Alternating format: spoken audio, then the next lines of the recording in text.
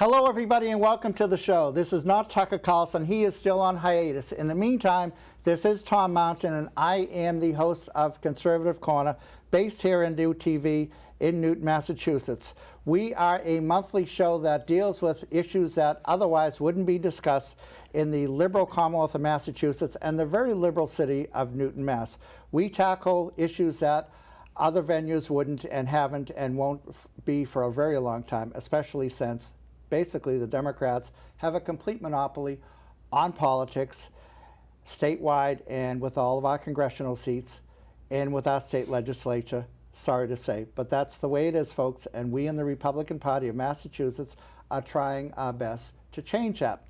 I am very happy tonight, very thrilled to have a very important Republican official from our state, from our Commonwealth, and that is Republican National Committee woman Janet Fogarty, who is my dear friend, stemming back, I believe, from the National Convention in Cleveland where we met. Right. And that was a wonderful convention. That was a very good convention because what happened that year? We won. So Janet, thank you so much for coming on our show. Thank you. And you hail from Weymouth, I believe? Yeah. Weymouth. Not where I'm originally from, but that's where I live. Okay, excellent. So as a National Committee woman, I think that our viewers certainly know what the Republican National Committee is, and of course it's run by Rona McDaniel, and the treasurer was our mutual colleague and friend, Ron Kaufman, who recently retired from that, but he's still the National Committee man from Massachusetts. So could you explain to us how many National Committee people are there, and what is it that you do in a nutshell? Sure, absolutely. And again, thank you for having me. So the National Committee of the Republican Party is comprised of 168 members, and that's the 50 United States and the 6 territories. There's 3 people from each state. There's a National Committee man, a National Committee woman, and the party chair of the state party. So that makes the 3. And so 50 times 3 plus the 18 from the 6 territories like Puerto Rico, U.S. Virgin Islands, Samoa. So you all have voting privileges, including the territories. Yes. I see. Because I remember in the convention they didn't, although it was important that they were there, of course. But please continue. Right. So so that makes up the 168, as we're called the members of the 168. I see. And your term is for how many years? 4. 4 years. So every 4 years you're up for re-election, and you're elected by? Elected on the presidential primary, so March 2024 will be the next election, and I'm elected by the 80-member state committee. So you have to get a 41 vote majority Yes. in order to be re-elected.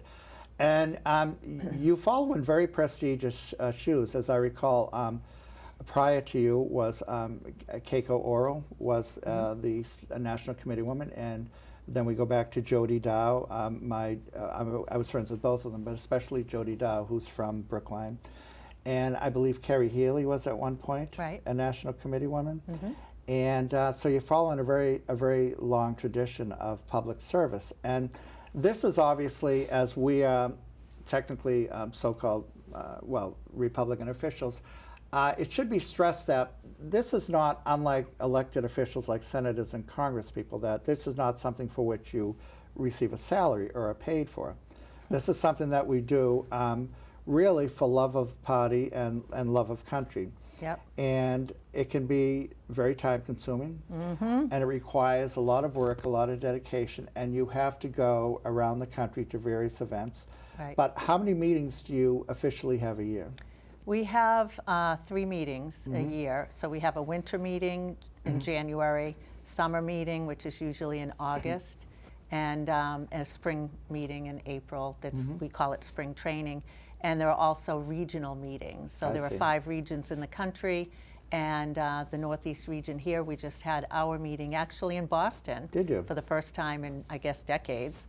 And so we had the regional meeting here in Boston, and the Northeast is comprised of like Delaware, Maryland, all the way up to Maine, over to Pennsylvania, plus Puerto Rico and the U.S. Virgin Islands. That makes up the Northeast. That's really the toughest part of the Republican National Committee, I would say, because aside from Gee, I don't even know aside from what, because we don't really have. Do we have a senator still in Pennsylvania?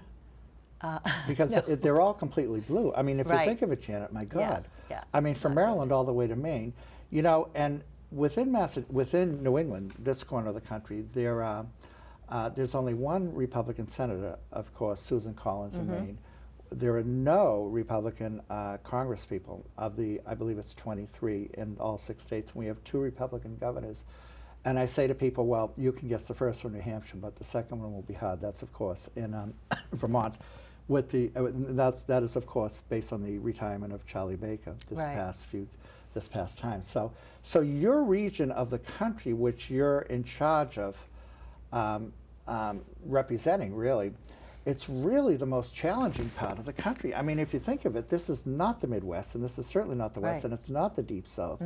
So it's it must be very trying. It is. And Massachusetts is essentially the most liberal state in the entire country. Oh, yes, without question. Yes. You know, and at least for 8 years, we had a Republican administration with Charlie Baker. Now, you know, those extremely conservative Republicans would say, well, he's not a real Republican. Well, yes, he is, and he was. And he did not have a Republican state legislature to back him up, which meant when he vetoed something that the Democrat run state legislature would send to him, he'd veto it. It would go back to the Democrats. They'd override the veto because he didn't have the votes to sustain a veto.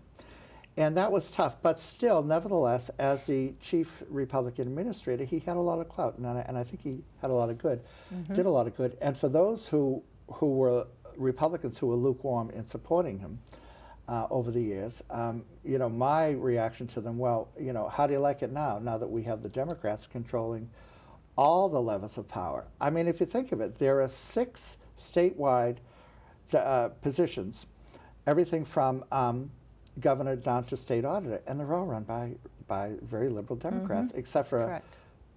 Mr. Galvin, who theoretically is a conservative Democrat, but who cares?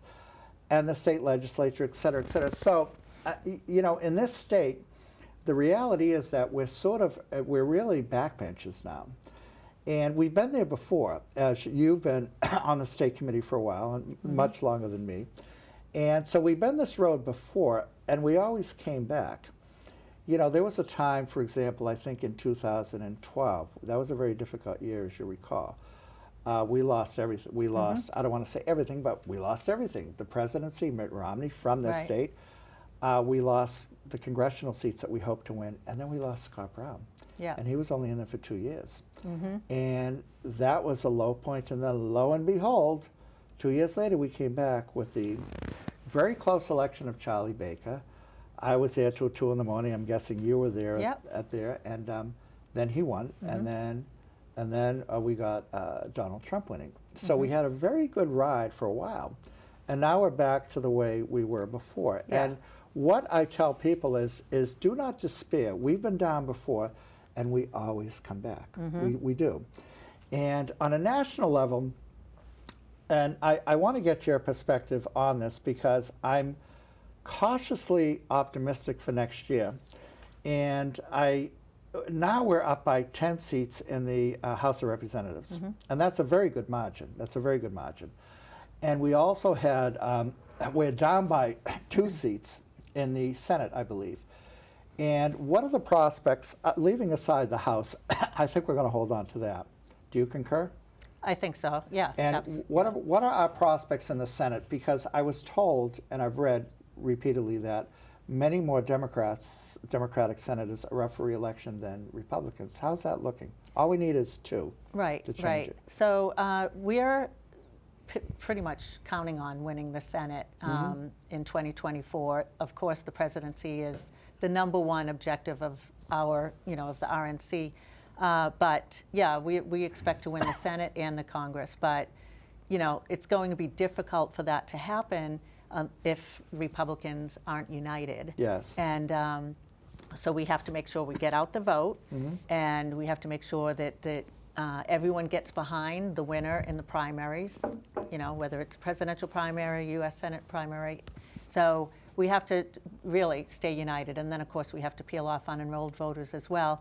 But we're working very hard at the RNC to make sure that our elections are fair, safe, and legal. And you know, a lot of people don't understand or realize that the National Committee and Chairwoman McDaniel, Ronna McDaniel, we don't get involved in campaigns. We don't pick the candidates. The voters choose the candidates. We don't get involved in the messaging of the campaigns. Unfortunately, candidates tend to hire very expensive consultants that charge hundreds of millions of dollars, even though we wish they wouldn't do that, but they do. And they get paid whether the candidate wins or loses. And you know, the campaigns will tell the candidate what their message needs to be.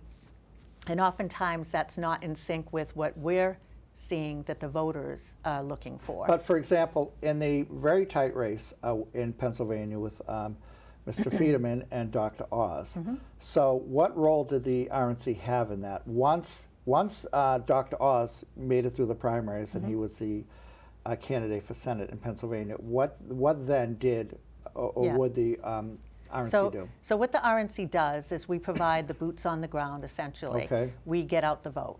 We provide, to use an analogy that our chairwoman often uses is, if you imagine like we build the highways and, you know, for the cars to drive on. We don't pick the cars that drive on the highway. We don't decide where they're going and what exit they're getting off of. We just make sure they have a smooth road as much as possible for them to drive on. We build the infrastructure. Another analogy is like a sports stadium. You know, we build the stadiums to put the fans into. We don't pick the teams that play in the stadium. Right. We don't decide the players, the coaches, or call the plays, nothing like that. We just make sure it's a solid stadium with all the infrastructure for the teams to play in. So that's kind of an analogy of what the RNC does. And you know, we got a lot of grief about the red wave that never really materialized in 2022. And, you know, although that's true, that was more the media perpetuating that. We were cautious about that. But essentially, you know, we did what we had to do to get the congressional majority. We would have loved to have had the Senate, but we weren't 100% counting that we were going to get the Senate. We expect to in 2024. But, you know, if some of the candidates, and occasionally our chairwoman might say to a candidate to answer your question about Dr. Oz, you know, she did suggest that he address the issue of the Dobbs decision when that came down in May. And I mean, that came down in May, and you know, we had that wave happening. The momentum was totally in our favor. As soon as that leaked, that decision leaked, everything turned, and by September, it reversed, and we lost. But you know, Janet, as I recall with that election in Pennsylvania. And Dr. Oz should have addressed that, but his advisors, his consultants said, no, don't go there, don't talk about it, no. And our chairwoman was advising that the voters, polling-wise, they wanted to hear him, a doctor, speak to that message, and unfortunately he didn't. That's a real shame. But you know, as I recall in that race, and what the Democrats have been doing in general, which we Republicans haven't been doing, in that particular Senate race, they really stressed early voting, a lot of early voting. I mean, they had a massive amount of early voting, to the point where when Dr. Oz finally debated Federman, I believe it was a few days or a week before the election, so many votes were already cast that despite Federman's abysmal performance and Dr. Oz's brilliant performance, Federman still won that election. And one of the things that I'm noticing is that the Democrats are very good at two things. Well, they're very good at nasty politics, but they're particularly good at getting out the vote in two ways. So number one is early voting. They stress that a lot. Mail-in voting also. So there's three things. And the third thing, which I detest, is harvest balloting. Now, even though many Republicans are averse to them, that it's nevertheless works with the Democrats. So that's something that we have to grin and bear it and really start to do what they do, only because it works for them, and we have to make it work for us. Right, which I'm glad you bring that up, because actually we just this past month, a couple of weeks ago actually, the RNC launched Bank Your Vote. So if you go to bankyourvote.com, and just go on, sign up. That is assuring that you're going to vote early. We're going to be Good. getting out the message through the candidates, the presidential candidates, the Senate candidates, congressional candidates, that are all going to be out there. The National Congressional and National Senate committees are all on board, that everyone needs to vote early. Okay. So we need to get our voters out to the, early. I mean, like me, I'm one that, I want to go on election day, put my vote ballot Yes, through many and of us watch do. the thing turn, but that has to change. Yes. So we are still fighting it in the courts from a constitutional perspective, and it's going to take years for it to get up to the Supreme Court. In the meantime, we have to play the game. We cannot be trying to score points in the fourth quarter. We really need to be out there in the first quarter getting our points on the board, which means getting the voters there, whether it's early voting or ballot harvesting in states where it's allowed, mail-in voting, whichever. The states all have different sort of formats, but everyone has to vote early, because then we can identify who of our voters has not voted yet. And so our candidates will be able to target those voters to make sure that they get to the polls. And that certainly, unfortunately, that certainly is the reality today. And it has changed dramatically since when you and I first started voting way back when. I mean, we're not that old, but still, we remember the time when, like our parents, we would go down on Election Day, the first Tuesday in November, and cast our vote. And the only ones who were allowed provisional votes were military personnel serving overseas. That has changed dramatically, and I think there's a stubbornness, as you alluded to, among Republicans. Well, we have to do it on the day of voting. Well, that doesn't work anymore, because we lost, and we've been losing now until the last election cycle of the congressional, when we took over, we won Congress again.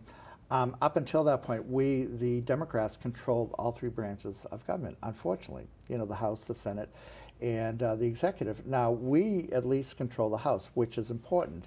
And if we play our cards right, and if we do exactly what you and Rona McDaniel, the RNC chair, are instructing people to do, we could win the Senate and the presidency.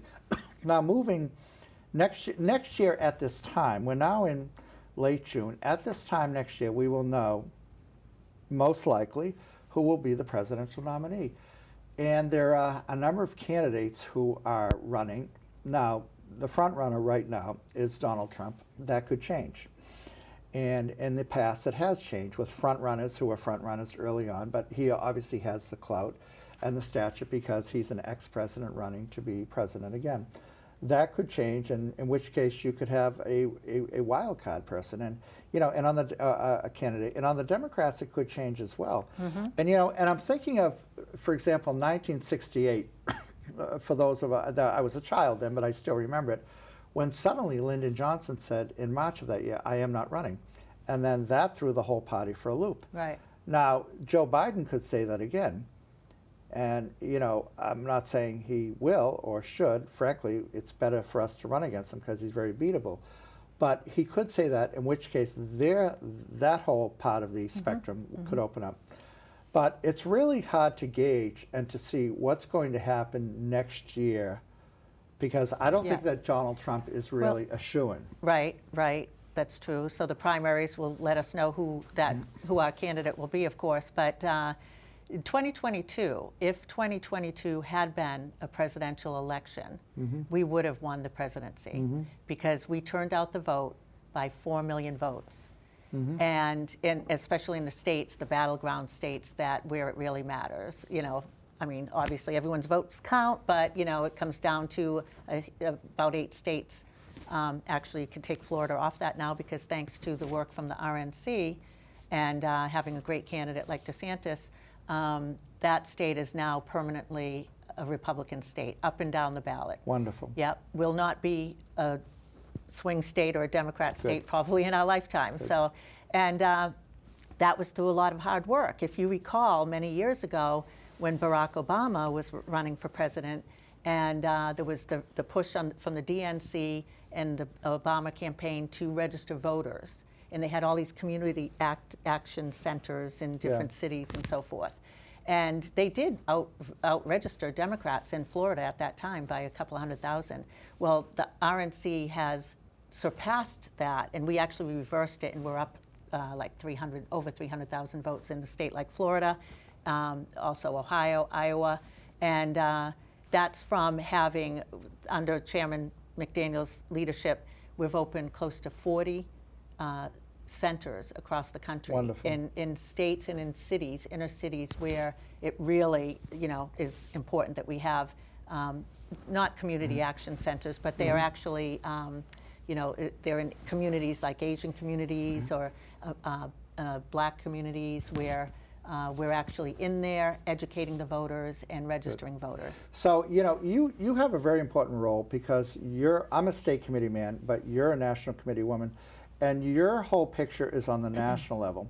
And what really matters is that we win on a national level. Now, what does that mean, of course? You succeeded in winning the House, and hopefully we'll win the Senate and presidency as well. And that's where your job comes in. And so what that means is that you have to look at the whole picture. How do we get to 51 seats in the Senate, and how do we get to however many electoral votes, forgive me, 270 Right. For president? And that matters. What matters is that we get the states like Montana and every state between the two coasts, the bookends, so to speak. So what that means is that New England, sadly, may have to be, I don't want to say ignored, but we have to, or shall we say resources won't necessarily be put into New England, and Massachusetts in particular. And I understand that, and I want people who are viewing to understand what we're looking at. Yes, we in the Republican Party of Massachusetts will try very hard to elect congresspeople, because right now there are 9 congresspeople. And we've had, the last congressmen that we had were Peter Blute and Peter Torkelson in the 90s. That was a long time ago. So we're going to try very hard. We have to try, because this is what we do here in the Massachusetts Republican Party. And also, equally importantly, is to elect state senators and state reps, because we have to get our numbers up. Well, one thing that does, not to interrupt, but what matters, whether it's a national level or a state level, is candidates. Candidates matter. Yes, of course. And that's something we're learning all the time. Yes, we learned it on indeed. the national level with our candidates, especially the Senate candidates, what happened in Pennsylvania and Georgia, in Arizona, but also in Massachusetts. So it's not that Massachusetts would get or gets ignored, and I know a lot of candidates that do throw their hat into the congressional races or U.S. Senate. Sometimes they think that we're not getting, they're not getting the attention needed from the RNC, but they actually do. Yes. But really, there is criteria, I know, they and do. they have to have skin in the game, Yes. and a substantial amount, of their own resources. For example, next year, Elizabeth Warren, I believe, is up for re-election.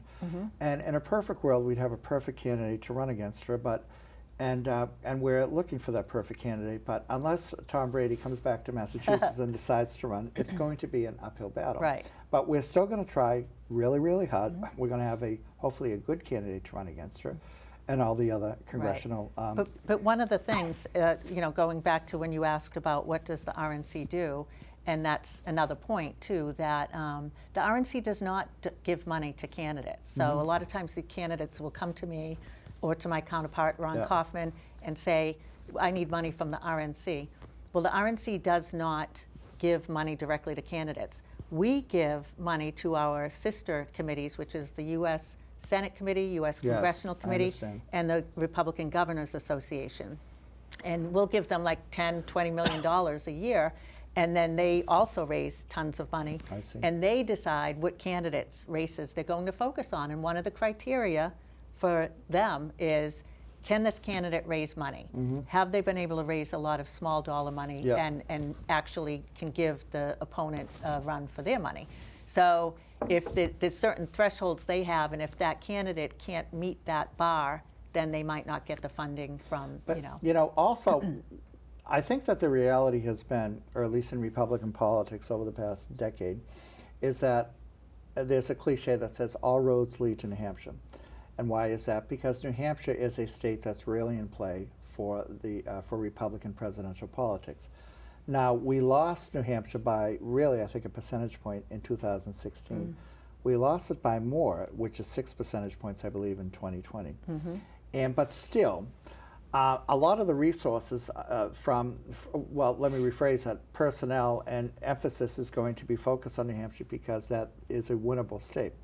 Whereas Massachusetts is less so and Rhode Island is less so. We just have to face reality that this is the way it is. So what I want to convey to the listeners, to the viewers, is that we're going to try real hard in Massachusetts. We're never giving up in Massachusetts as your state Republican Party.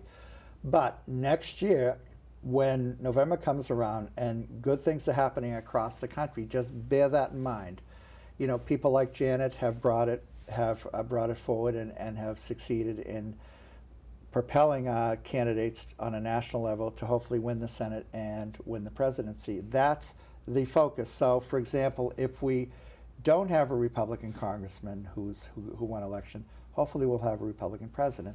And that's what really matters. Yes. That's supreme. Right, right. And of course, our goal on the state level is to hopefully recruit and identify those candidates that can actually be contenders to, you know, give us some sort of representation Now, here in the state. But in the meantime, we have to go to New Hampshire and help New Hampshire. We have a new Republican chair, party chair, and that's Amy Cannavale. Yep. Is good friends with both of us.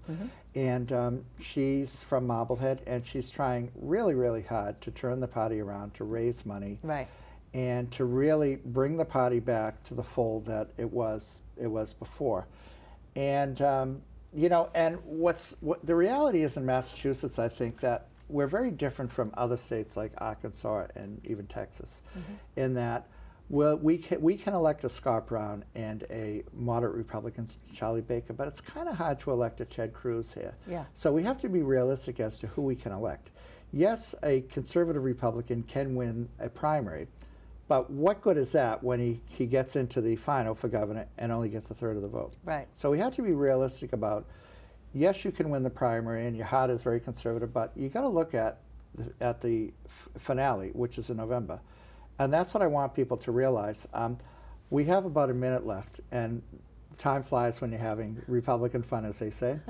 And we always enjoy this show, and people are surprised that it is. So what would you like to add on your closing note? Well, I think that you're spot on with that. And we have to just keep fighting the fight, and we have to be strategic. This is a message that I am trying to tell people across the state here, that you know, Massachusetts is not Oklahoma or any of the other states that you mentioned, and it's a whole different issue on the national level. So, but in Massachusetts, we know our fight. So, but we have to we have to identify the candidate that is most likely electable. And so would you say that next year the presidential race is ours to lose? Well, it's ours to win, but we should really win this, especially if Biden is the candidate. Yeah, well, I never want to say that because I'm always leery of what sort of hat, what they're going to pull out of their hat, the Democrats. Yes, indeed. You know, yes, I know indeed. what we have to do, and we have to continue registering more Republican That's right. voters. We have to get think out less the vote. about what they're going to do and more what we're going to do. We need to go to bankyourvote.com. And go to protectyourvote.com too and read up about what we've done for election. Thank you so much, Janet Fogarty, National Committee woman from Massachusetts. We appreciate your service and thank you. We'd like to have you back. Thank you, Tom. Thanks so much for having me.